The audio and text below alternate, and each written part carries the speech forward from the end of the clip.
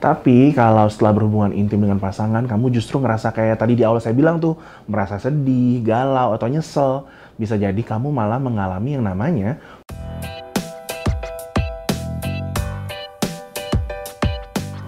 Halo, saya Dr. Abi dari Halo Dokter. Umumnya, kalau hubungan intim dilakuin tanpa paksaan, yang muncul setelahnya adalah perasaan-perasaan yang positif kan? Misalnya kayak jadi ngerasa lebih deket, disayang, dan juga makin sayang atau makin bahagia gitu.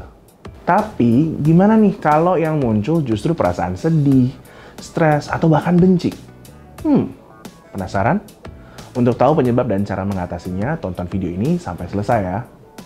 Oke, jadi gini, normalnya berhubungan intim itu bakalan memicu otak untuk mengeluarkan suatu hormon, yaitu hormon oksitosin. Nah, hormon ini akan menimbulkan rasa bahagia, kepuasan, keintiman, cinta, dan juga rasa aman. Itu sebabnya hormon ini sering disebut sebagai hormon cinta atau the love hormone. Tapi kalau setelah berhubungan intim dengan pasangan, kamu justru ngerasa kayak tadi di awal saya bilang tuh, merasa sedih, galau, atau nyesel. Bisa jadi kamu malah mengalami yang namanya post-sex blues atau post-coital dysphoria. Selain merasa sedih dan menyesal kayak yang tadi saya bilang, gejalanya juga bisa berupa merasa tidak berharga, kemudian munculnya rasa frustrasi, gelisah, nggak percaya diri, atau bahkan marah setelah berhubungan intim. Dengan catatan yang dimaksud di sini hubungan intimnya itu memang yang dilakukan atas persetujuan kedua belah pihak ya. Jadi nggak ada unsur paksaan, nggak ada unsur kekerasan. Sebenarnya kalau perasaan-perasaan itu cuma muncul sesaat dan memang ada alasannya, misalnya karena pasangan kamu ngelakuin hal yang kamu nggak sukai atau bikin ilfeel gitu waktu berhubungan intim, ya itu sebenarnya masih bisa dianggap wajar ya. Cuman ya kalau sampai perasaan negatif tadi nggak hilang-hilang, nggak bisa dijelasin alasannya, atau sering banget muncul nih setelah berhubungan intim, ya jangan dibiarin gitu aja. Perlu dicari tahu penyebabnya supaya bisa ditangani dengan tepat. Terus apa aja nih yang bisa jadi penyebab dari postcoital dysphoria ini? Well, sebenarnya bisa macam-macam ya, tapi dari sisi biologis alias dari masalah dalam tubuh, biasanya sih ini karena kadar hormon serotonin yang naik tinggi waktu ada rangsangan seksual, lalu turun drastis mendadak setelah orgasme. Nah, karena hormon ini adalah salah satu dari hormon bahagia yang berpengaruh banget sama suasana hati atau mood, kalau kadarnya tiba-tiba anjlok, ya mood juga bisa jadi jelek dan gak karuan kan? Nggak cuma karena masalah hormon, kondisi ini juga bisa disebabkan oleh masalah psikis, kayak misalkan stres, terus trauma, atau nggak pede sama penampilan fisik atau performa seks, sampai karena ngerasa frustrasi gara-gara misalkan sulit mencapai orgasme, terus kamu jadi kepikiran. Sekarang yang jadi pertanyaan, penanganannya gimana?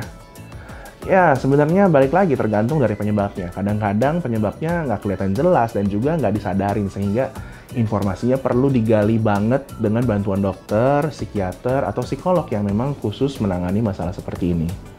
So, kalau kamu mau tanya-tanya supaya dapat gambaran apa sih kira-kira yang terjadi dan apa penyebabnya, terus perlu nggak sih kamu menjalani pemeriksaan tertentu, kamu bisa nih mulai dulu dengan chat bersama dokter lewat HP di aplikasi Halo Dokter.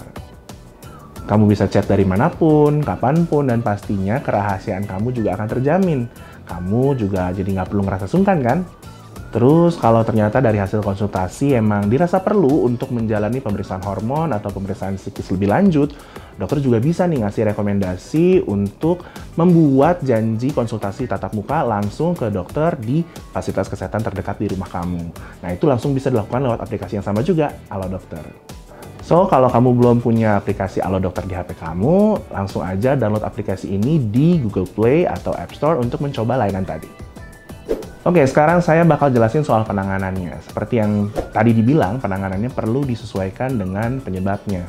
Saya kasih contoh, kalau karena gangguan hormon, dokter mungkin bakal ngasih pengobatan atau tips-tips supaya hormon serotonin kamu nggak tiba-tiba anjlok setelah berhubungan intim. Kalau misalkan karena trauma, ya mungkin traumanya itu dulu yang perlu diatasin, dan ini memang butuh waktu.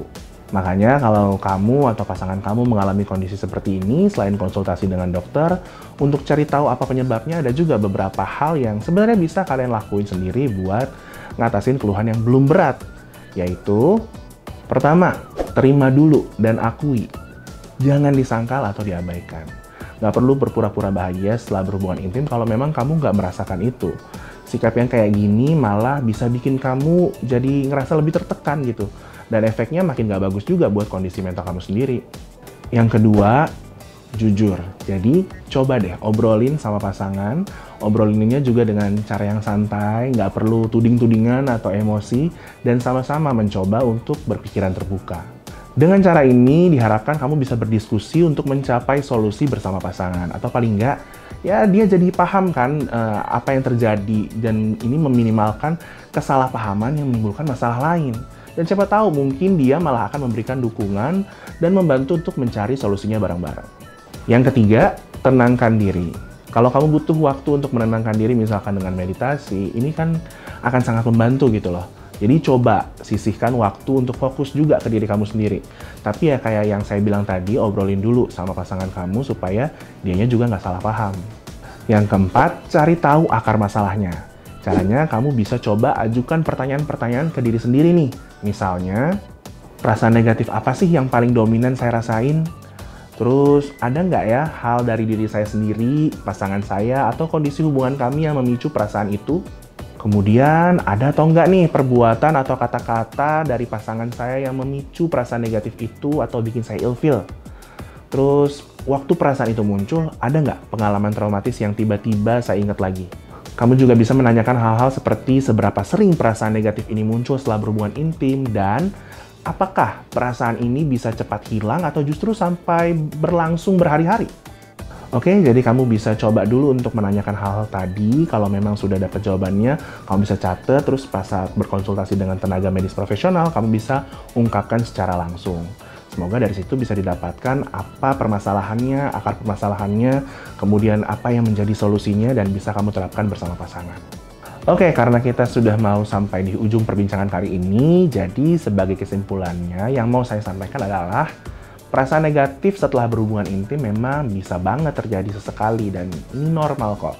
Tapi kalau munculnya hampir setiap kali kamu berhubungan intim dengan pasangan, apalagi sampai bikin kamu jadi takut buat ngelakuinnya lagi, sebaiknya jangan ragu untuk mencari pertolongan dari ahlinya.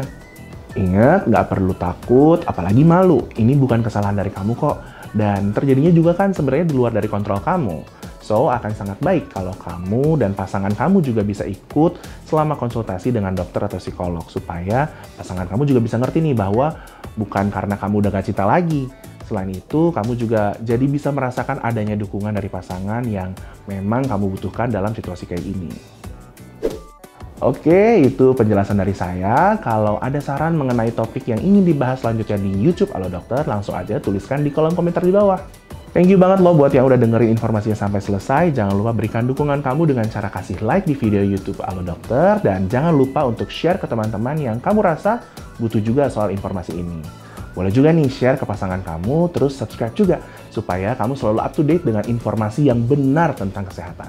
Sampai jumpa di video berikutnya. Hidup sehat bersama Halo Dokter.